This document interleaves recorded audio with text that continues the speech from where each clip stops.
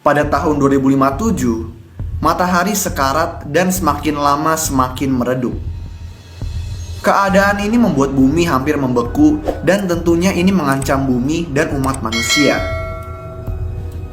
Dalam upaya menyalakan matahari kembali, 8 astronot yang menaiki pesawat ruang angkasa bernama Icarus II ditugaskan membawa muatan berisi bom sebesar kota Manhattan. Tujuannya adalah meledakkan matahari dengan bom tersebut, supaya matahari dapat menyala kembali. Pesawat ini merupakan upaya kedua dan yang terakhir untuk menyelamatkan manusia. Karena Icarus I, pesawat yang sebelumnya ditugaskan untuk meledakkan matahari, hilang 7 tahun sebelumnya dengan alasan yang nggak diketahui.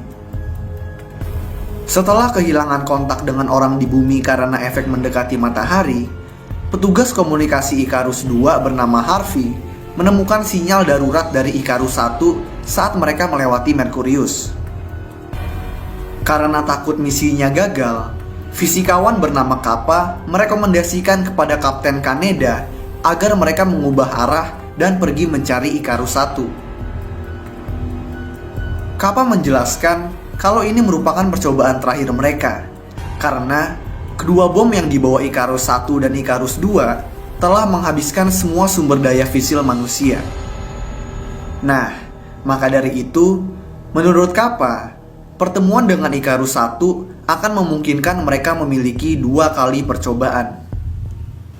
Insinyur pesawat bernama Mace menentang rencana tersebut, tapi karena lebih banyak yang setuju dengan Kappa, Icarus II pun memulai perjalanan mereka ke Icarus I. Dalam merencanakan jalur baru, navigator bernama Trey lupa menyetel kembali perisai yang harusnya melindungi kapal dari angin matahari yang panas. Keteledoran Trey ini menyebabkan kerusakan pada perisai.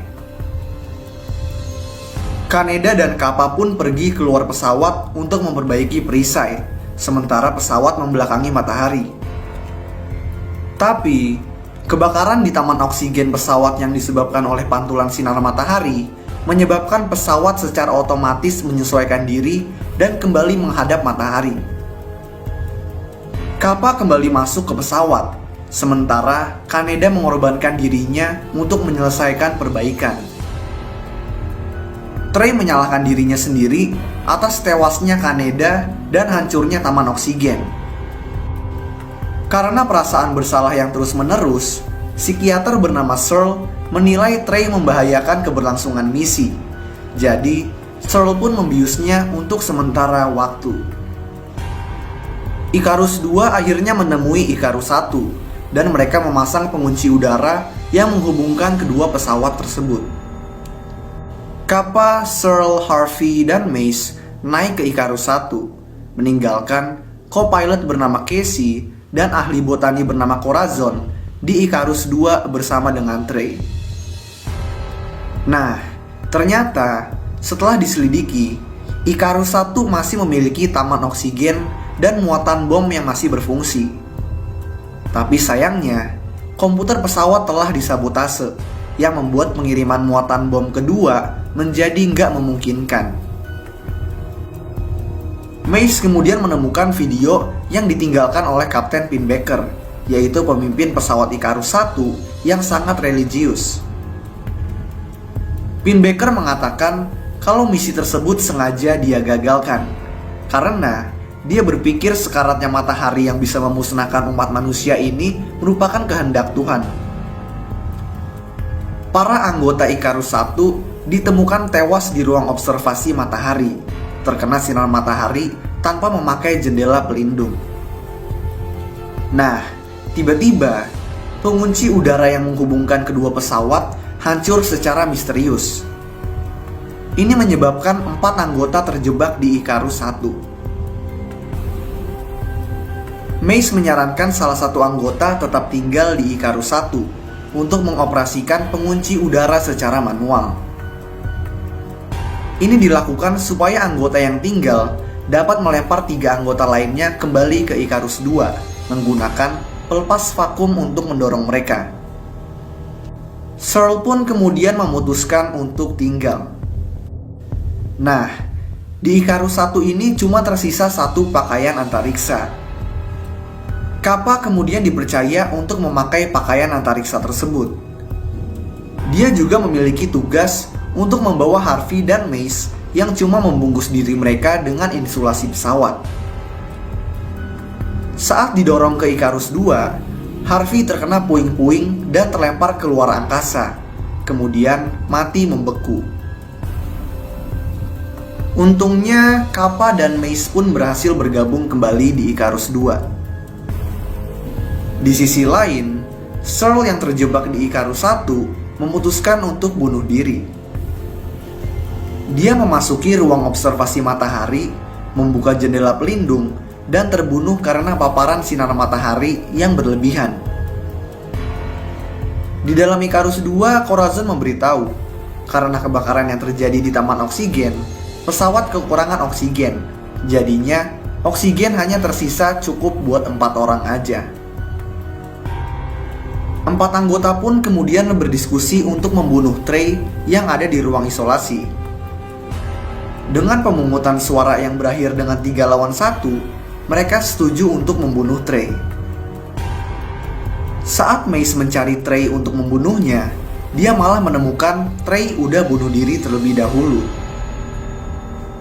Setelah melakukan pemeriksaan kembali, komputer Ikarus 2 memberitahu Kappa kalau mereka masih kekurangan oksigen karena masih terdapat 5 orang di dalam pesawat. Komputer kemudian memberitahu kalau orang kelima ada di dalam ruang observasi. Kappa pun pergi ke ruang observasi dan di sini dia bertemu dengan Pinbacker yang dalam keadaan tubuh yang terbakar karena sinar matahari. Kappa lalu diserang sama Pinbacker yang udah jadi psikopat, dan setelah itu dia kabur ke sebuah ruangan. Pinbacker kemudian mengunci pintu ruangan tersebut dari luar, membuat Kappa terjebak di dalamnya. Pinbacker lalu menyabotase Ikarus 2 dengan mencabut mainframe dari bak pendinginnya.